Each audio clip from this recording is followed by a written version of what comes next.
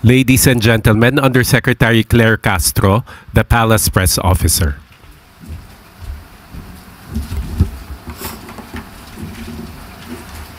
Magandang araw, Malacanang Press Corps.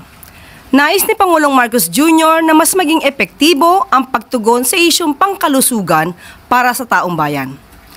Pinangunahan ni Pangulong Ferdinand R. Marcos Jr. ang pamamahagi ng 387 ambulances sa tulong na rin ng PCSO sa pamumuno ni GM Mer Robles para sa iba't ibang LGU sa Luzon. Kabilang ang Ilocos Region, Cagayan Valley, Central Luzon, Calabarzon, Mimaropa, Bicol at Cordillera Administrative Region sa makakatanggap ng mga bagong ambulansya na angkop ang disenyo sa mga makikitid na daan sa bansa. Tinatayang umabot na sa 680 na ambulansya ang naipamahagi sa buong bansa mula June 2022 hanggang June 2025 sa panahon po ni Pangulong Marcos Jr. Pagpapatatag ito sa pangako ng Pangulo sa taong bayan na pagtibayin pa ang healthcare services at healthcare system ng bansa. Din pa ng Pangulo, walang lugar ang politika sa usaping pangkalusugan. Kaya walang komunidad ang maiiwan, walang Pilipino ang mapapabayaan. Inutos naman ni Pangulo sa PCSO na paigtingin ang pagpapatupad ng Medical Transport Vehicle Donation Program upang mas maraming Pilipino pa ang makinabang. At tiyakin na lahat ng cities and municipalities ay mabibigyan ng ambulansya.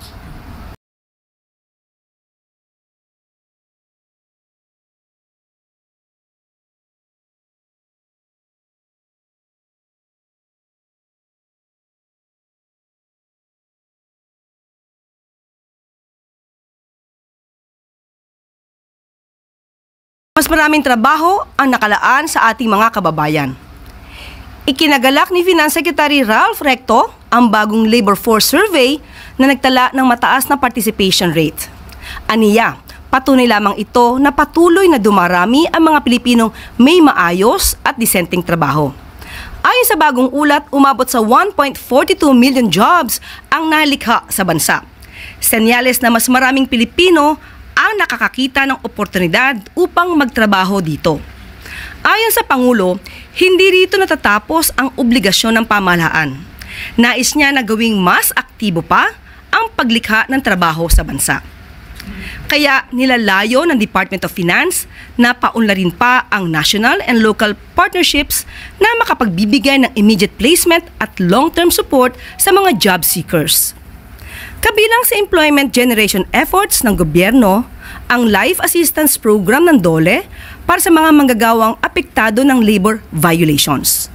Meron ding National Reintegration Network para sa mga balikbayan o OFW.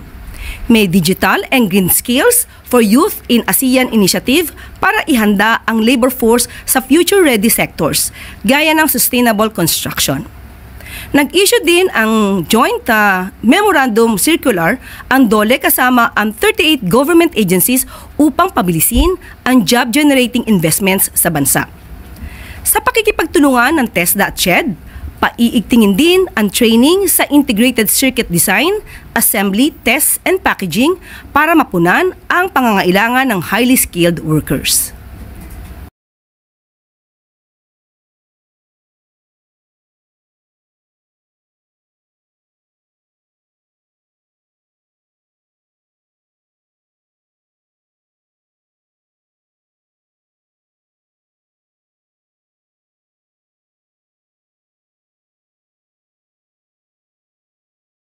At maaari na po akong tumanggap ng inyong mga katanungan. We begin with Maricel Halili, News 5. Magandang tanghali po, Yusek. Ma'am, just a quick comment lamang po dun sa naging pahayag ni Vice President Sara Duterte sa The Hague. She mentioned na nakausap daw niya si FPRRD and meron daw quote-unquote last wish na binigay sa kanya, saying na wag na daw iuwi yung kanyang katawan sa Pilipinas, ipa-cremate na lang daw siya doon at yung ashes na lang ang iuwi. Would you like to comment on that, Yusek? Family matters po yan at pampamilyang usapin. So, sa kanila pong desisyon yan. Next question, Ana Badjo, GMA News Online.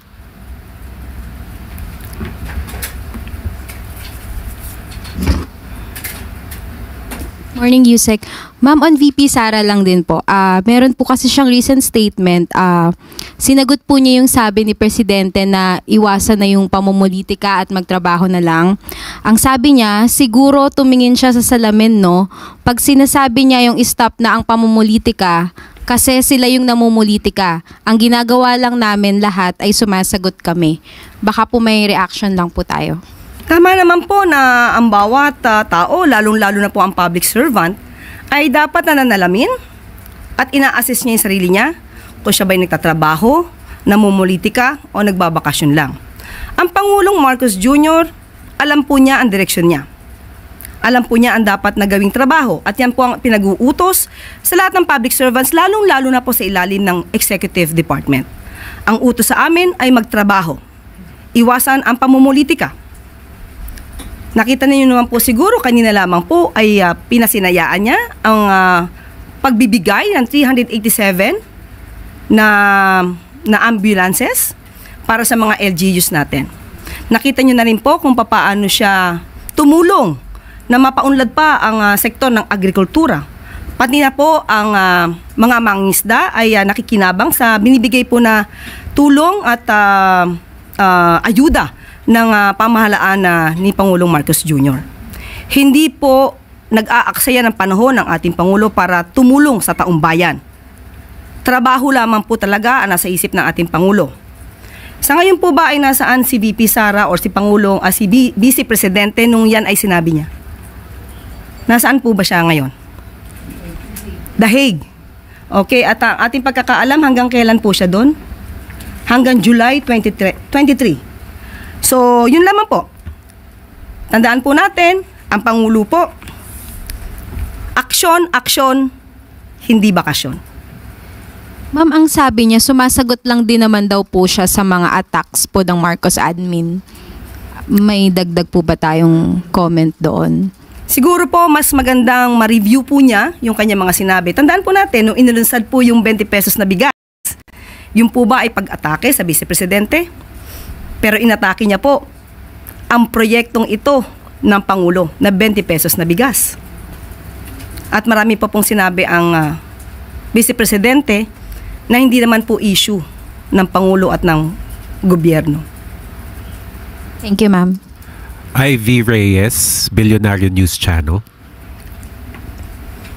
Hi, Yusek. Good morning. Sa isang interview po ni Mr. Chavit Singson, sinabi niya po na parang nakalimutan na po siya ng Pangulo after the elections kahit malaki po yung tulong niya dito at that's the last time they will help Marcos po. Sa ngayon po, hindi po natin alam kung nadinig na po ng Pangulo ang mga tinuran po ni Governor Chavit Singson. Pero sa ating pagkakaalam po, ang ating Pangulo naman po ay hindi po siya nakakakalimot. At kahit siya po'y nakalimutan, hindi pa rin makakakalimot ang Pangulo. So, hindi lang po siguro sila nagkakausap or hindi po natin alam. So, hintayin na lang po natin kung ano magiging tugon ng Pangulo. Dahil kung sila naman po ay naging maganda ang pagrelasyon dati, kung meron man po, at yun naman po ang sinabi ni Governor Chavit, wala po tayong magiging negatibong tugon mula sa Pangulo. Ma'am, just to follow up on the Sabongero story development, sinabi po ni SOJ Remulla na based sa intelligence na natanggap nila at dokumento, yung mga involved nung sa drug war ni former President Duterte ay possibly involved din sa missing Sabongero's case. May response po ba ang Palasyo at have we heard from General Torre about this? Okay, kung ganyan po ang nakikita sa mga investigasyon, mas lalo pa po dapat itong palawigin yung pag-iimbestiga rito. Dahil mukhang konektado ang mga nagawang krimen kung ito man po ay mapapatunayan. Hindi po natin sinasabi na sila na po ay guilty, pero mas gusto po ng Pangulo, iuutos po talaga niya na dapat mabigyan ng hustisya ang mga nabiktima. Thanks po. Sam Medinilla, Business Mirror. Hey, good afternoon, ma'am. Itatanong ko lang po, ma'am, kung ano po yung naging position ni President Marcos doon sa report ng LUA nung nasubmit na sa Office of the President. Opo, ang Pangulo po ay naaral na po ang report mula sa LUA at siya po mismo ang nag-aral nito. At ang rekomendasyon po sa kanya ay kanya naman pong inayunan. Ano po? Ang rekomendasyon po ay saka na po namin ibabahagi sa inyo. Kailangan po muna naming umaksyon. Hindi po ngayon ang tamang panahon para i-reveal kung ano po ang dapat na gawin ng pamahalaan para sa mga nabibiktima ng kakulangan ng supply ng tubig. Pero may immediate marching orders po ba si President sa LUA or dun sa other 8 concerned government agencies? Kapag tayo po ay nabigyan na po ng pagkakataon na maibigay po ang detalye kung ano man po ang gagawin ng gobyerno at pamahalaan para sa mas mabilis na pag-aksyon sa mga biktima nito ng kakulangan ng supply ng tubig, ibabahagi ko po sa inyo. Last na lang po, ma'am. I-confirm ko lang rin po kung may natanggap na rin po ba ng Office of the President yung enrolled bill ng Konektadong Pinoy. Parang hindi ko siya natanong ngayon. Sige po, itatanong ko muli, hindi ko siya natanong sa ngayon. Patungkol dyan. Salamat po. Chloe Hofana, Business World. Good afternoon po, Yusek. Confirm lang po namin, do we have a new PCO secretary na po? Sa aking pagkakaalam, wala pa po. Nananatili pong acting secretary si J. Ruiz. At kapag ka po naman ay merong bago, kung meron man po, kasi yan po yata ay lumalabas sa mga bali-balita, wala pa po ako makukumpirma kasi wala pa po rin dumarating sa akin kung ano man po yung update. So we're denying po ng new secretary si Mr. Dave Gomez? Hindi ko po madidinay, hindi ko rin po masasabing oo o hindi dahil wala po sa akin pang naibibigay na anuman pong update. On other matters po, Yusek, may natanggap na po bang letter ang Philippines from the US on tariff? Wala pa rin. Opo, ito naman po ay pinangako ni Secretary Frederick Go. Kapag ka po meron na, siya po mismo ang magbabalita at siya po mismo mag-i-explain sa media patungkol po dito. Thank you po. Thank you. Pia Gutierrez, ABS-CBN. Hi, ma'am. Ma'am, a June survey of the SWS showed that majority of Filipinos, actually 42%, disagree with the impeachment complaint, while of Vice President Sara Duterte, while 32% lang po ang agree. Kumpara po ito sa kanilang December survey which showed that 41% yung sumusuporta noon sa impeachment at 35% lang yung disagree. As the impeachment po is a constitutional accountability mechanism for our officials, nababahala po ba ang palasyo na mas marami ng Pilipino ang hindi sumusuporta dito sa impeachment complaint? Unang-una po, wala po at hindi po makikialam ang Pangulo at ang administrasyong ito kung magkakaroon man po ng impeachment trial o hindi. Pero sa aking pagkakaalam, noong June 2, parang lumalabas na SWS survey, 88% ang nais ng mga Pilipino na nais na humarap si Vice Presidente sa impeachment trial. Ngayon po, parang 42% ang disagreed sa impeachment complaint. Tama po ba? So parang magkaiba po yata ang gusto ng tao na dapat siyang humarap sa isang impeachment trial at 42% yung hindi sang-ayon sa impeachment complaint. But anyway, kung ano man po ang sinasabi ng survey, yan po ang sentimiento ng taong bayan. So, igagalang po natin yan. Ayun, ma'am. To clarify, yung sinasabi niyo, ma'am, is a different survey. It's from Okta. 78% of... 88% yung SWS, June 2. 88% of the Filipino... It's a... Tama ba? Kita ko dito, ma'am, Okta. Yung Okta is 78%? Yes. Opo. Yung SWS ng June 2. June 2. Itong lumabas, ma'am, na survey, it was conducted last June. Yeah, pero okay, sige. Anyway, kung ano man po yung sentimiento ng taong bayan, igagalang naman po natin yan. At muli, ayaw po ng Pangulo na ipahid sa atin, sa administrasyon, yung impeachment trial. Dahil ito po ay nasa kamay na po ng mga Senado. So kung ano po ang kanilang move no, sa impeachment trial, nasa kamay na po nila yan. Nabanggit din kasi ma'am ni VP Sara sa interview niya sa The Hague na yung resulta ng survey ay dahil siguro naiintindihan ng mga Pilipino na pure political persecution at harassment lamang ang impeachment laban sa kanya. Okay, kung yun po yung kanyang opinion, di igalang po natin. Kung feeling niya po political persecution, but as far as the administration is concerned, wala pong political persecution na ibinabato sa Vice Presidente.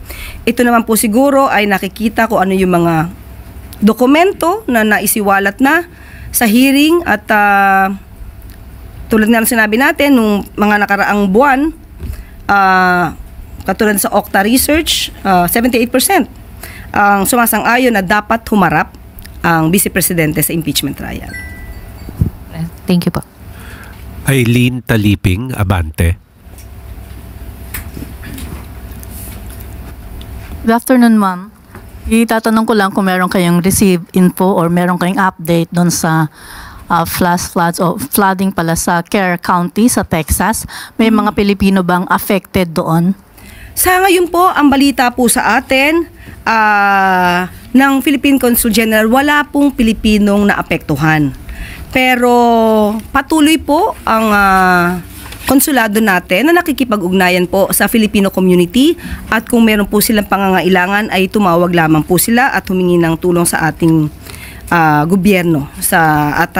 Ang pagtulong po na yan ay hindi po ipagkakait sa kanila. Handa pong tumulong ang gobyerno at ang pamahalaan kung ano po yung pangangailangan ng ating mga kababayan doon. At of course, pinagdarasal din po natin ang kalagayan ng mga naapektuhan po sa Texas. Thank you, ma'am. Last question, Jocelyn Montemayor, Malaya Business Insight. Hello. Mamingi lang kami ng clarification. Mamingi lang po ng clarification regarding sa speech ni Presidente kanina. Kung yung binanggit po niya na gusto niya para maging zero contribution daw po doon sa mga pasyente. Ano po ba ito? Sa PhilHealth contribution o yung babayaran ng pasyente sa ospital talaga na on top sa PhilHealth contribution? Opo. Para mas maliwanag po, maganda po itong aspirasyon ng Pangulo. Sino ba naman po ang di magkanais na wala na sanang bayaran sa ospital ang sino mang Pilipino kapag sila'y na-ospital. So sa abot na makakaya, ang aspirasyon po ng Pangulong Marcos Jr. ay mabawasan po o kung pwede nga maging zero ang out-of-pocket expenses ng ating mga kababayan kapag sila'y na-ospital. Yan po. Sa ospital. Yes po, out-of-pocket expenses sa ospital. Okay? Kaya nga po pati po yung PhilHealth coverage ay pinalalakihan na rin po ng Pangulo natin para po mas makinabang po ang ibang mga kababayan natin na nalalagay po sa ganitong klaseng mga sitwasyon. Okay? Bagong pag-asa para sa persons deprived of liberty. Alinsunod sa panawagan ni Pangulong Ferdinand R. Marcos Jr. na itaguyod ang hustisya at kalinga, 10,739 na persons deprived of liberty o mga taong nakapiit ang nakapagtapos ng elementary at high school sa ilalim ng alternative learning system ng Department of Education. Nabigyan din sila ng time allowance for studying, teaching, and mentoring ayon sa Republic Act 10592 bilang pagkilala sa kanilang pagsisikap. Samantalang 107 PDLs naman ang nakapagtapos ng kolehiyo sa ilalim naman ng Tertiary Education Behind Bars program sa pakikipagtulungan ng Commission on Higher Education, habang 720 PDLs naman ang nakapag-enroll na sa iba't ibang degree programs. Pinalalawak pa nito ng Bureau of Jail Management and Penology o BJMP sa pamamagitan ng pakikipagtulungan sa iba't ibang kolehiyo at universidad. Kaugnay nito, 112,707 PDLs na rin ang nakatanggap ng pagsasanay na sa iba't ibang technical at pangkabuhayang kasanayan tulad ng carpentry, electronics, welding, arts and crafts at small-scale entrepreneurship sa tulong ng TESDA at ng mga katuwang mula sa civil society. Ang buhay ay mahalaga. Ang mga naligaw ng landas noon ay maaari pang bigyan ng pag-asa ngayon. Kaya paigtingin pa ang huli, hindi patay sa mga operasyon.